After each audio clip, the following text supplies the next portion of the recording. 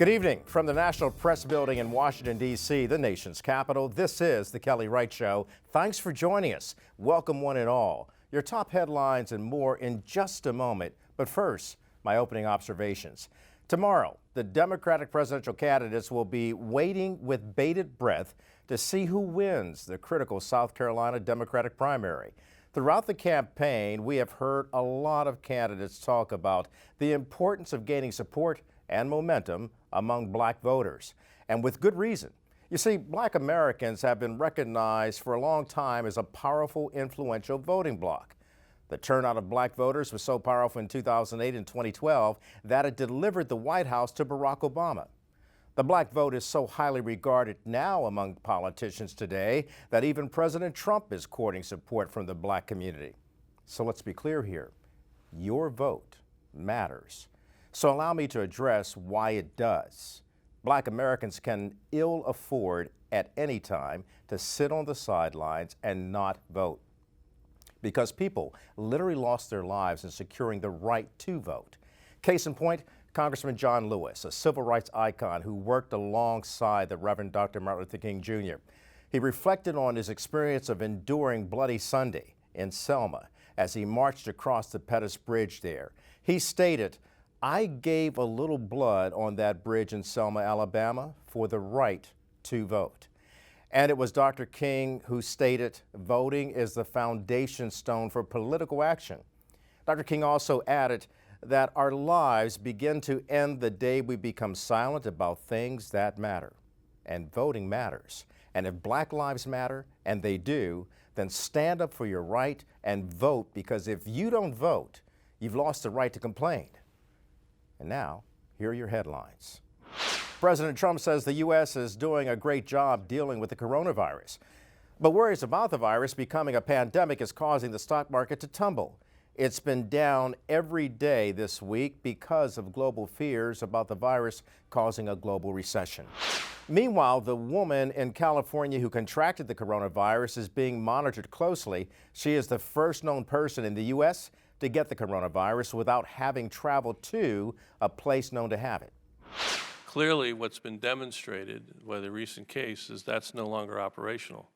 I will tell you that as soon as that case was recognized, we met and we revised our case definition for persons under investigation. The Federal Reserve, long criticized for being too white and male, crossed a milestone last year for the first time in its 107-year history. White men held less than half the board seats at the Fed's 12 regional outposts. The change occurred in January and has not drawn a lot of attention, but it is a window into how the U.S. Central Bank is working toward change among top policymakers, where progress toward diversity has been slow. Amazon is changing the way we shop. The company opened its first store that has no cashiers. People shop by logging into the Amazon app when they enter, and items are automatically tallied as they go. When shoppers are done, they simply walk out of the store, and Amazon will charge them for their purchases. And that's a quick look at the day's top stories. We'll have more for you after the break.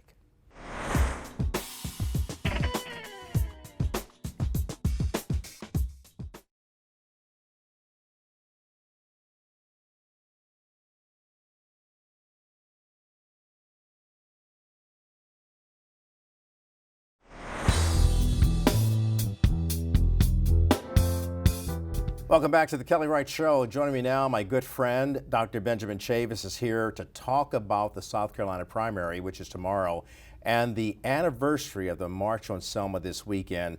It marks the 55th anniversary of Bloody Sunday. Doc, always good of you to join us. Thank you. It's good to be back. South Carolina, you talked to Joe Biden, former vice president. You've spoken with Tom Steyer. And we know that Joe Biden is endorsed by the House Majority Whip, Jim Clyburn, who's Mr. South Carolina. What's going to happen? Well, I believe that according to the polls, and I've just returned from Charleston, South Carolina, and other parts of South Carolina, I believe that Joe Biden, Vice President Biden, will win the South Carolina primary. And then Super Tuesday is coming up, this coming Tuesday. Yeah. I think it's going to be interesting to see, because there's going to be a spread of the candidates. between Biden, Sanders, Mike Bloomberg is still there, Elizabeth Warren, Gorbachev. I mean, I think that, and Buttigieg. So I think that there's a wide diversity, and I think the jury is still out about who's going to win Super Tuesday. But I think I'm confident, based on what I've seen in South Carolina, what I've just seen in South Carolina, that Vice President Joe Biden is going to win the South Carolina primary.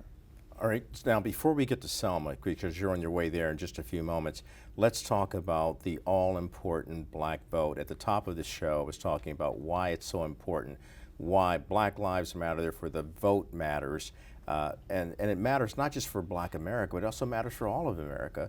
And as Tom Steyer told you, he believes that the African-American vote will go on to vote the next president of the United States. Right, it's interesting that most of the candidates will admit that the black vote is pivotal, that the black vote is determinative.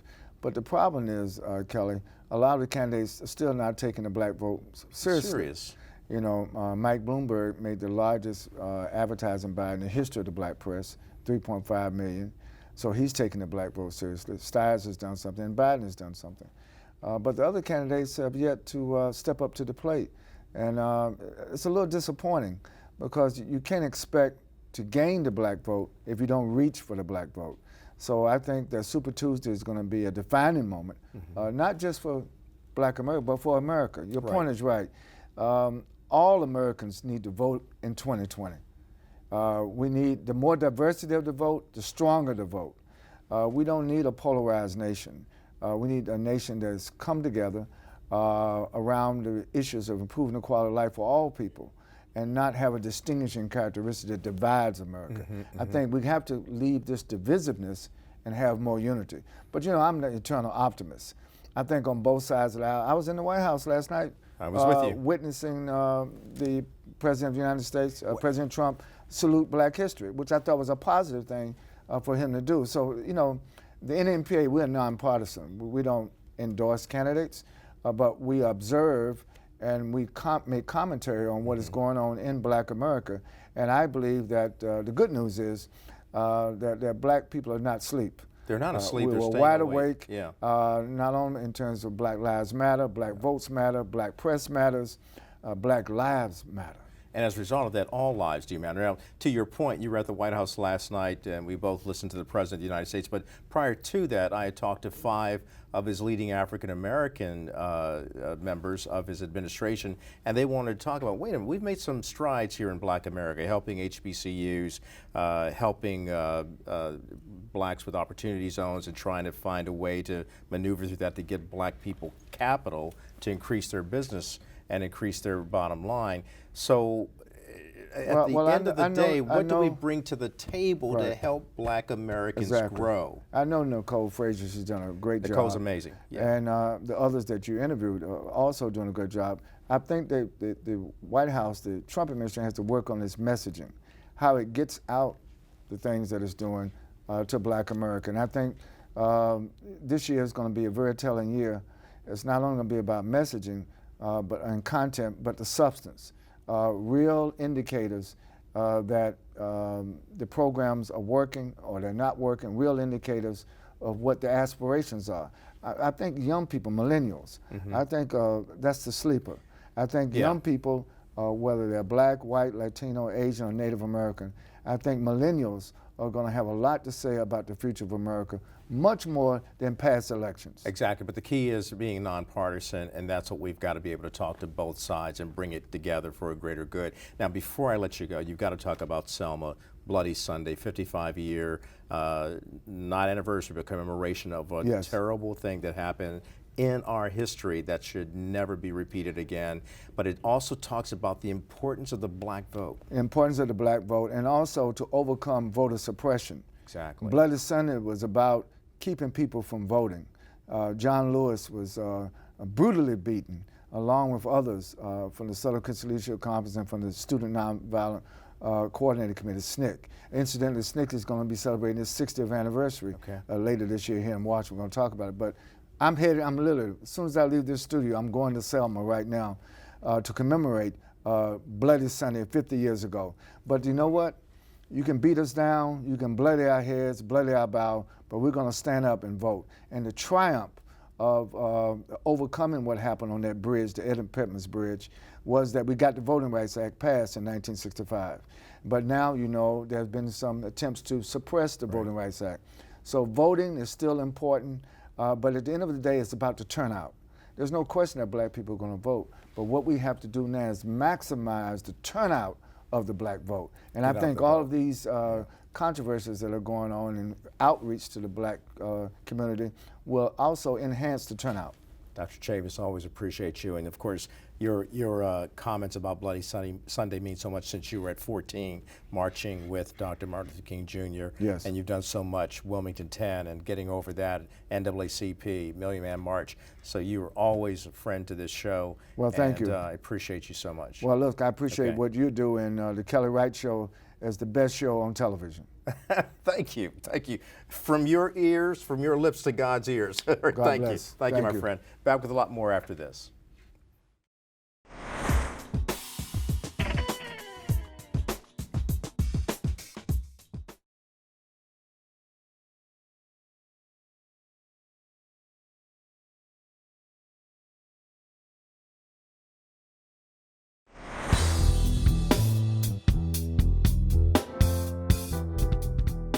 Welcome back. We're talking about all things politics, and we're looking at South Carolina, the upcoming Super Tuesday. New polls show former Vice President Joe Biden and Senator Bernie Sanders in a close race to win the South Carolina primary. Steve Held and Malik Abdul join us now with more. Gentlemen, big weekend here. Definitely, absolutely. A lot of people are looking at the African-American vote. We talked about at the top of the show why it's so impactful to have black Americans turn out, even though this is Democratic Party and there are black Republicans as well. But this is focusing on the Democrat Party. How critical is this for the Democrat Party?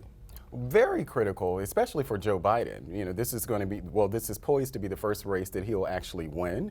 I think that he will. There have been a lot of people that have been kind of downing on Joe Biden. I don't think that he's done yet. You know, even with Bloomberg and with Sanders really in second in line, really competing against him for the black vote. And if you look around the country, it seems as if Sanders is picking up that, but I don't know if that's more so just about the momentum that he's had as opposed to blacks just really being behind it. Because if you think about it, a few weeks ago, we were really gearing up behind Bloomberg. So we're not there yet. South Carolina obviously is going to be the first state where there's a majority of black support as opposed to Nevada, New Hampshire, and Iowa. But I do think that Joe Biden will win, and I think that he will get a bump after this. And so I think a lot of people, even with the generational divide in South Carolina, I think that a lot of people will start moving towards Joe Biden. Steve, Malik's breaking it down why Joe Biden will likely get the vote in South Carolina. And as you know, Jim Clyburn, the majority whip, came out in an endorsement of him. And of course, Clyburn is a well-known entity there in South Carolina. He's the power broker on the Democrat side. And Biden needed that endorsement. He picked it up. But there's also Bernie Sanders. Does he factor into this at all? And Elizabeth Warren, for that matter. Well, yeah, I think he does. Clyburn is definitely influential for sure, but I think it also largely depends on the age of the demographics that turn out, because I think there is a generational gap in there in the style of politics that comes to play between somebody of his age. On so that that'll note, be interesting to see. Not to interrupt you, but on that note, you talk about on the age of Joe Biden. So are you? Here's the way I'm seeing this based on what you were saying. Are young people rallying around Bernie Sanders because he has energy, even though he's an older gentleman? And is something missing in Joe Biden's performance to cause some of the younger people to kind of lean towards an Elizabeth Warren or a Bernie Sanders? Well, it's not specifically about age. I think it's about style. And Bernie's as old as anyone else, but the style and the things he's saying in his rhetoric and what he's proposing is a little bit more activist, honestly, than normal establishment Democrat politics. And that's why I say if the younger voters turn out in South Carolina, I think that will favor Bernie more as it did in 2016. Whereas Joe Biden, he has maybe the energy, but he has some baggage that's been well publicized that are making younger voters say, well, hold on, you are the architect in some ways of a lot of things we don't like. And as far as my comments about Clyburn, I think he, again, is sort of different in style. It's not his age specifically, but it's the style and the type of people that he attracts and the legitimacy he has in certain groups. Okay, so you're talking about style, and then let's go back and look at the substance, because if you go back to Tuesday's debate, it was Pete Buttigieg who stood there and said, "Look, we're 7 white candidates talking about a black issue, and none of us have ever lived or walked in the life of a black man or woman or child." So again, since we're talking about the power of the black vote and the fact that the president and Democrats are courting the black vote vigorously. What did Buttigieg's statement state in the fact that there's no black running for office, no person of color? Can I jump in on this? I'm sorry. Sure, good. Because it's easy to have the right rhetoric, I think, and messaging, because the last decade of politics, a lot of these philosophical debates have been forged online in social media. And it's easy for any candidate, any white candidate, to do the research, to get the buzzwords, to get the rhetoric down, which is why in these majority white debates so far, the rhetoric on racial justice has been stronger than ever, but it's easier to access that and sound like you're keyed in. And I think, I don't need to tell people this, but we're used to politicians giving promises, but what are they actually going to do? So I think you really have to fall back as best we can on people's track record, not on what Buttigieg said. What do the folks of South Bend say about his track record on issues like this? That's a powerful statement you just made right there. And on that note, from a Republican standpoint, Malik, what are Republicans looking for out of this Democratic primary? Because they're watching everything, and especially the man in the Oval Office. He's watching everything to see how he can coalesce support from black voters as well. Yeah, so I think that we're looking at Bernie Sanders and obviously Joe Biden. Bloomberg is pretty much a wild card at this because we don't know what's going to happen. Since he's not on the ballot in South Carolina, he won't be on the ballot until Super Tuesday. So I'm not as concerned about Bloomberg, but as far as Bernie, what I say about Bernie and Joe Biden is that Joe Biden is the head vote, while Bernie more so is the heart. So a lot of the younger people who are supporting Bernie, it's a lot of inspirational things. And, as Stephen said, the activists, you can see that in Bernie Sanders, even though I believe he's older than Joe Biden, I think. But Republicans, we're really looking at, I think that Donald Trump is going to win regardless, but I think that Joe Biden, if Joe Biden has a pretty good bump out of South Carolina that continues him on till Super Tuesday, I think that he will be able to legitimately compete against Donald Trump in ways that Bernie Sanders cannot, because you hear the party concerned about what happens down ballot if Bernie Sanders is at the top of the ticket. Right. We got into there. You got a little bit of the Super Tuesday in there. Sorry we couldn't get through it a little bit more, but it's great discussion and dialogue about what's happening in South Carolina. I look forward to you coming back on. Malik, Abdul, Steve, Hell, thanks for joining us. Absolutely. Great gentlemen, one and all. Alrighty. Back with more of the Kelly Wright Show right after this. Don't go anywhere.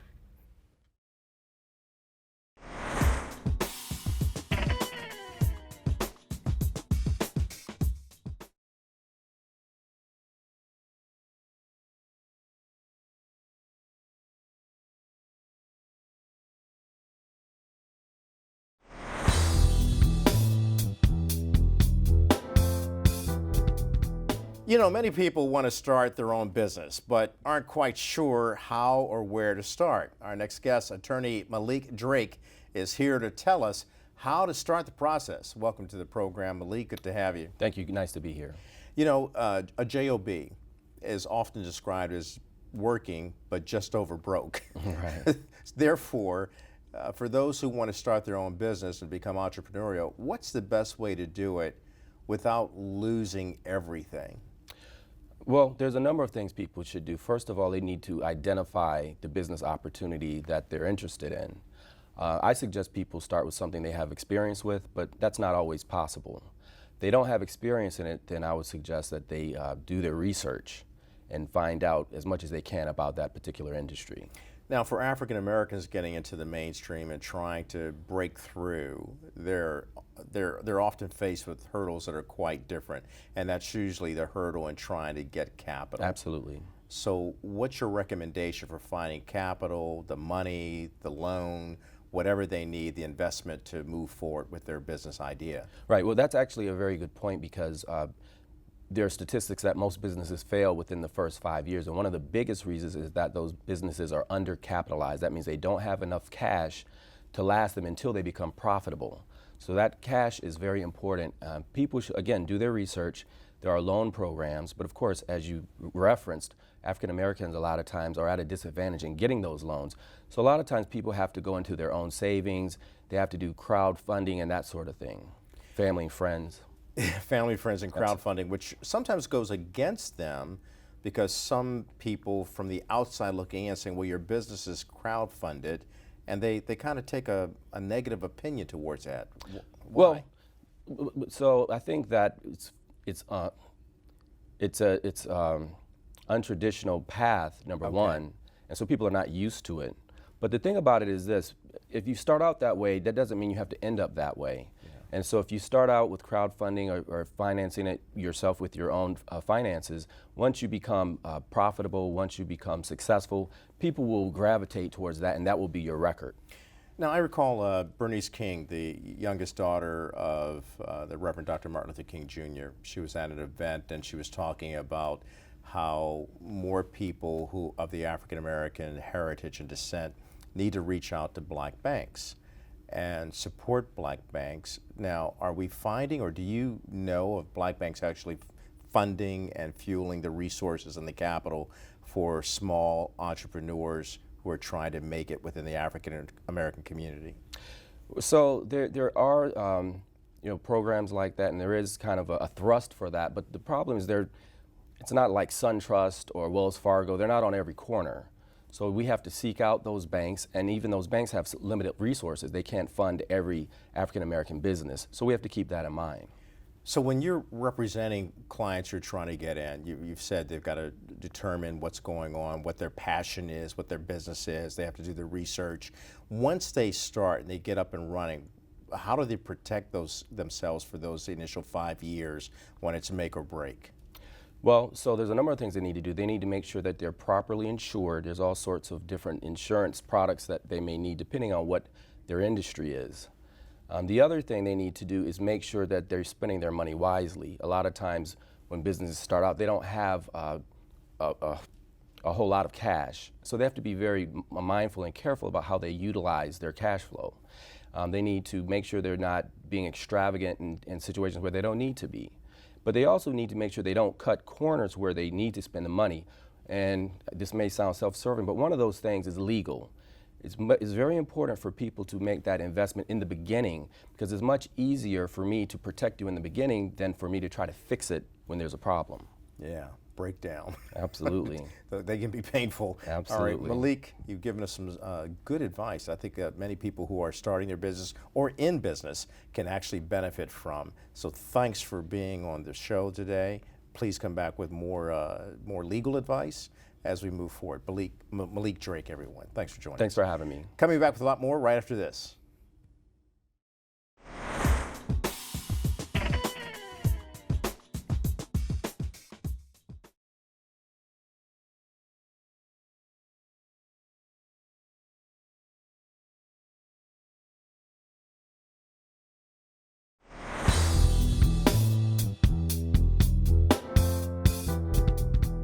My next guest is Dr. Valerie Key, a licensed dentist in Frederick, Maryland with more than 30 years experience in family dentistry. She gives back to her community by providing discounted services to the uninsured and underserved.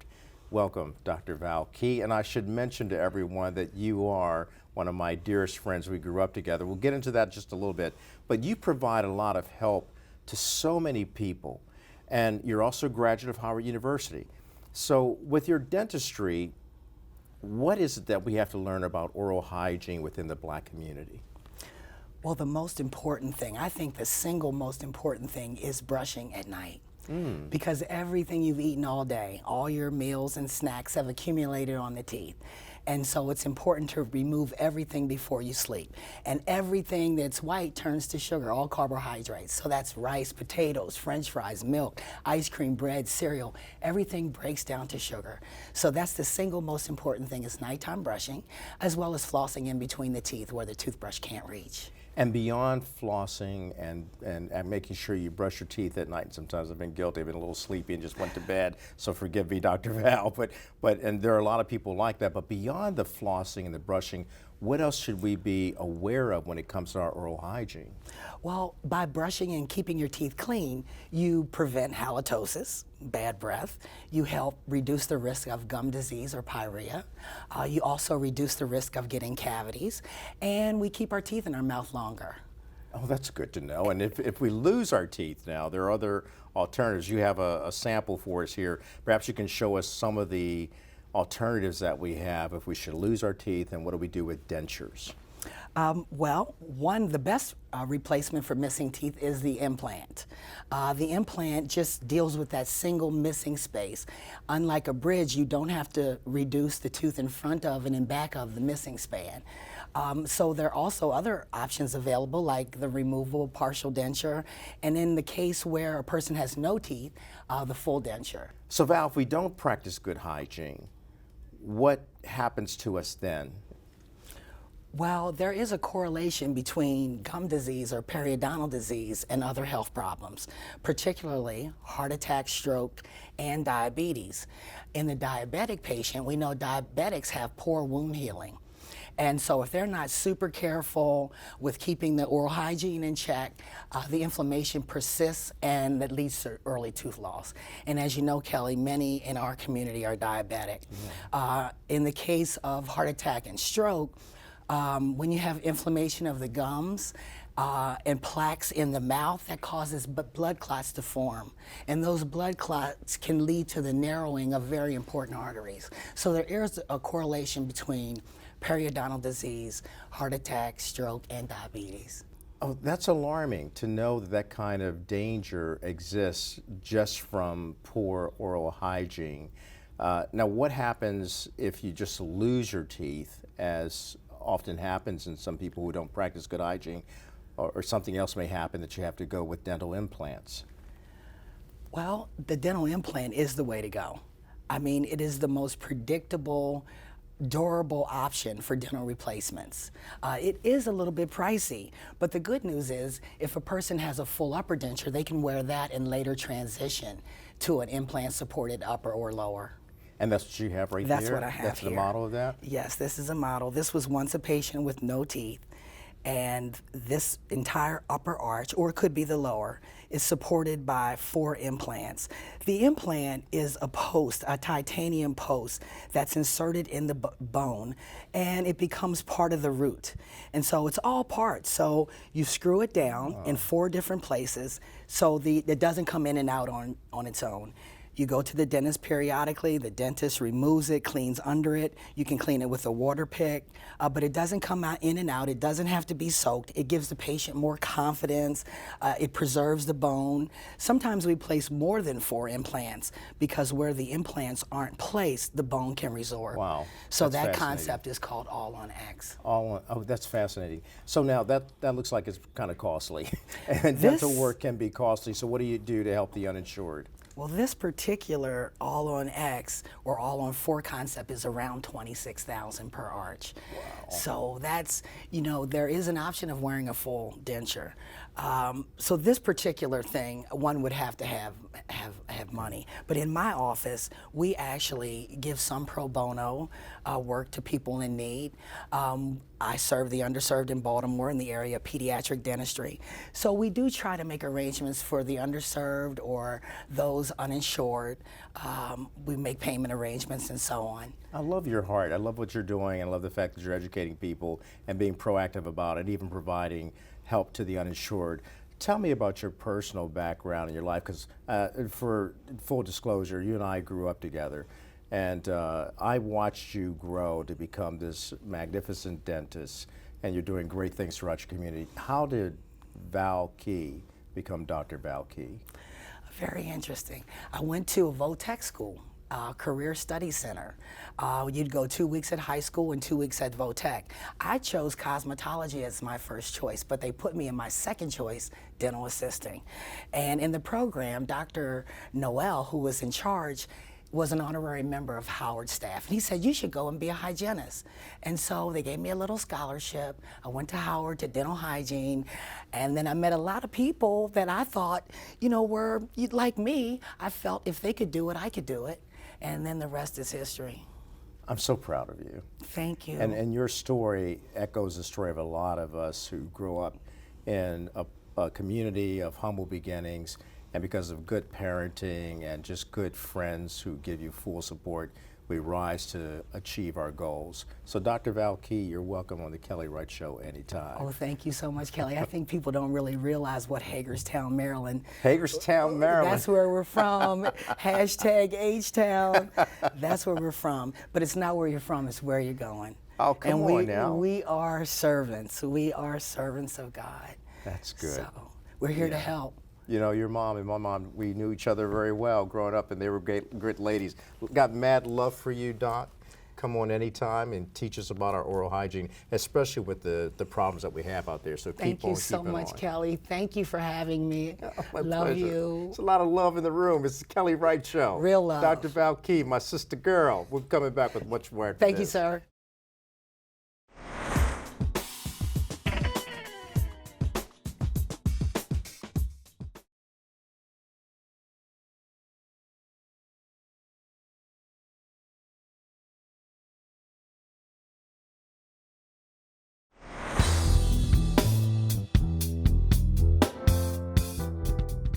Up next, I have a DC tastemaker. He's a seasoned music industry authority with over 2 decades in the music industry. He currently serves as radio promotions director for RCA Records. He also happens to be a 200-hour certified yoga instructor, which we're going to focus on today.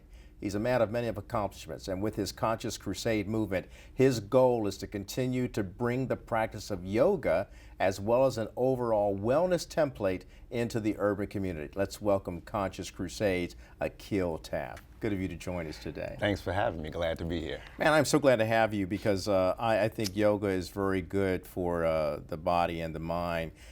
When you practice it the correct way.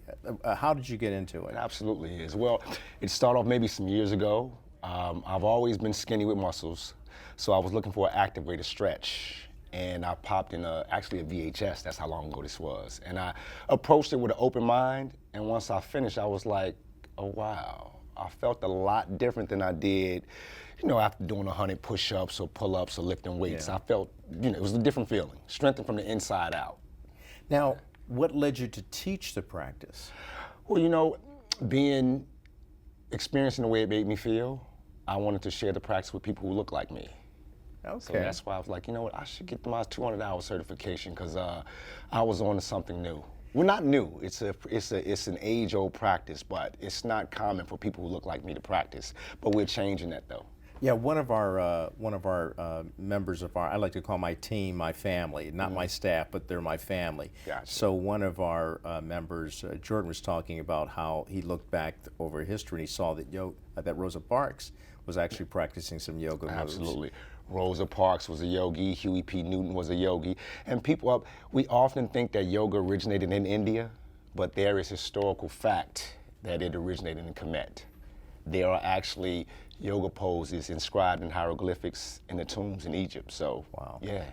And I'm actually doing an African-American pop-up in Baltimore this weekend at Yoga Works. We'll be discussing some of the yoga and how it relates to Africans. Now we've got some video of you working out, and I had to join you because I needed that little power lift. Yeah. And it does help us even on the job. We can practice yoga Absolutely. on the job as well. 5-10 minutes? Yeah.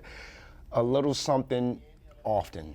I mean, because at the end of the day, yoga is mindful movement, mindful breath. And I like to say that again. It's mindful movement, mindful breath. I like to encourage people to not get caught up in being able to put their legs behind their head. You know, that I still can't do that. But nonetheless, I'm a lot more flexible than I was before I started.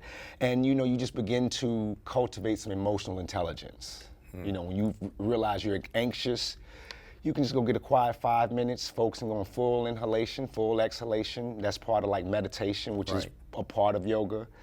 That can help to calm you and kind of release that anxiety. The reason why I like that so much is because we're so stressed out and maxed out. It's time that we realize that we can be blessed out. Absolutely. And yoga is a key to at least woosah, Absolutely. as we've seen Martin Lawrence say in, you know, in some of his movies. And that moment really reflects on how healthy we can be in our bodies and in our minds, and then healthy towards each other. I like to talk about on this program how we express love to each other.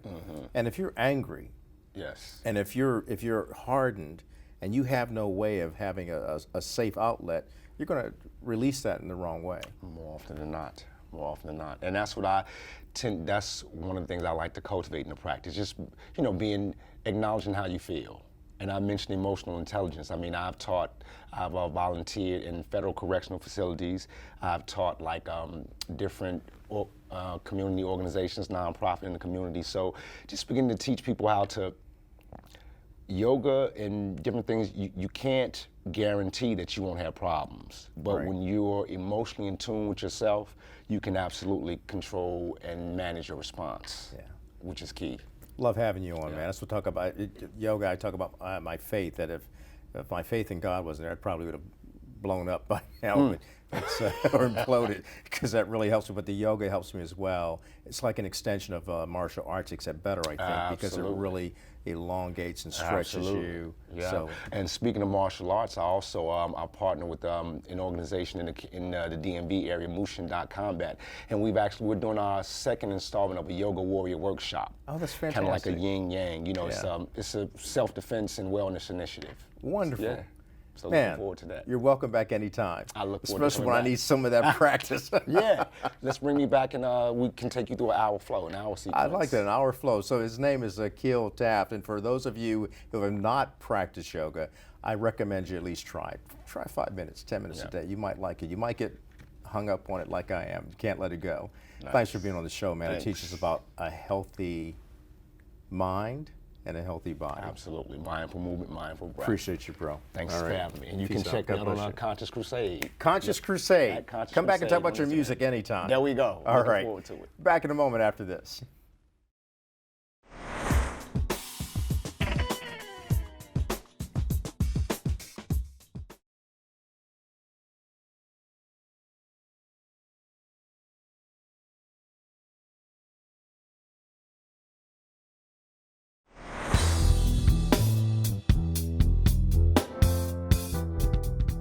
Welcome back to the Kelly Wright Show. And by the way, thanks for dropping in and joining us. We love you and we appreciate you being here. You're going to love this next guest.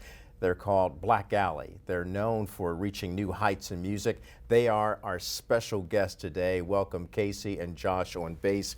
Good of you to join us today. Thank you. Thank you for having us. How did you two get together? Well, there's actually 3 members of the band. One couldn't make it today, Animal. We want to give a shout out to Animal. He's our drummer. Okay. So Black Alley has been in existence for over 10 years now. And locally, we've been playing as well as nationally. We come from the DMV area. DMV, for those who don't know, is DC, DC, Maryland, and Virginia. Yes. Okay. All right, no problem. And so, Josh, what are your musical influences? Oh, man, everybody from Prince to Shaka to mine personally, Thundercat, the bass player. You know, I'm a bassist, Yeah, so. yeah. But yeah, man, our style is just very energetic. It's a lot of passion and love into what we do, and I think people feel that through our music. Casey, to Josh's point, there's a lot of love and energy in what you do, and you have a lot of love and energy in what you do beyond music. Talk to me about that. Yeah, Black Alley loves and wants to represent DC the best way that we can. We want to represent the music and the culture.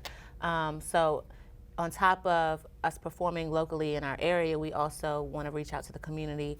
We have a foundation called Hood Rock University, and we give out scholarships to kids who are pursuing a college career. So our efforts in the DC area are important to us and representing our culture here. Why is that so important beyond DC as well? Because people can watch this program nationwide, worldwide, and be inspired to do the same thing through their music. I always believe that music should be used as a platform to do some good, especially in our neighborhoods. Yeah. Right. I think music is the best way to reach people.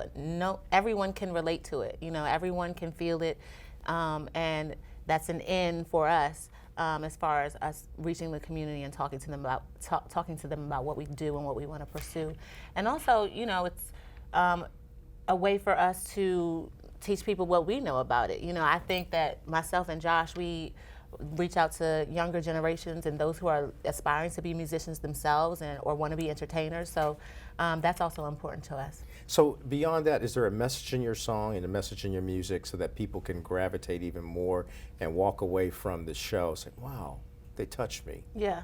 The main message I would say is don't be afraid to be who you really are. Come on, that's good. You know, a lot of people are kind of masked behind social media nowadays, and they're kind of not being themselves and being authentic and you know, true to who they are. So that would be our main focus, is making sure people stay true to who they are. Talk to me some more about hood rock. Hood rock. So that's what we call our music. We couldn't fit ourselves into a box. We couldn't figure out what genre represents us the most, because we do incorporate so many of them.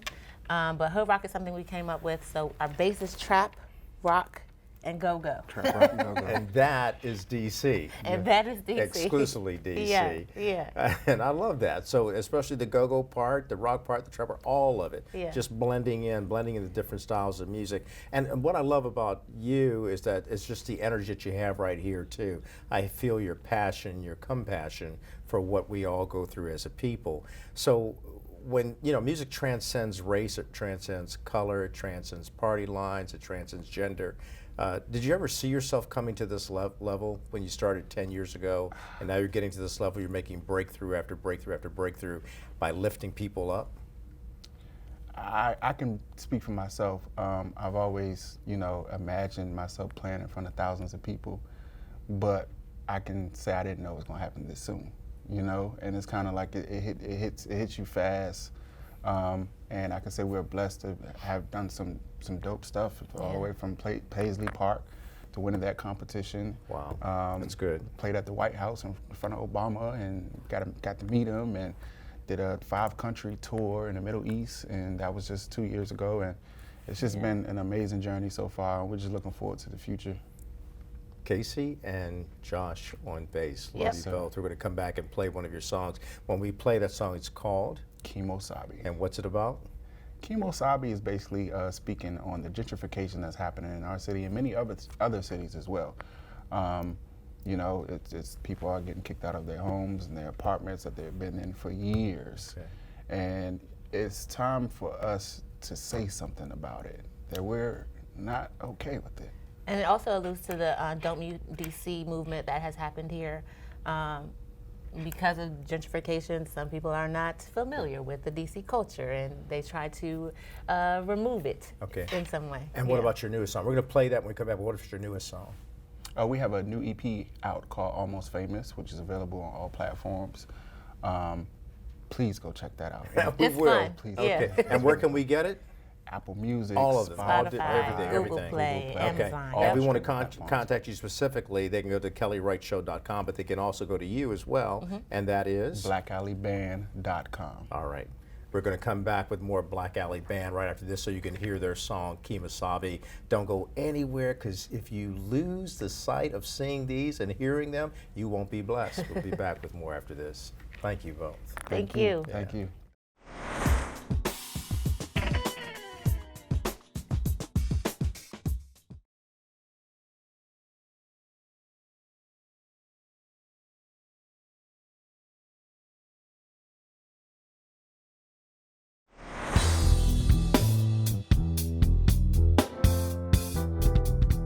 Welcome back, and before my final word, I want to thank our guests tonight, our musical guests who have so many great things that you're doing.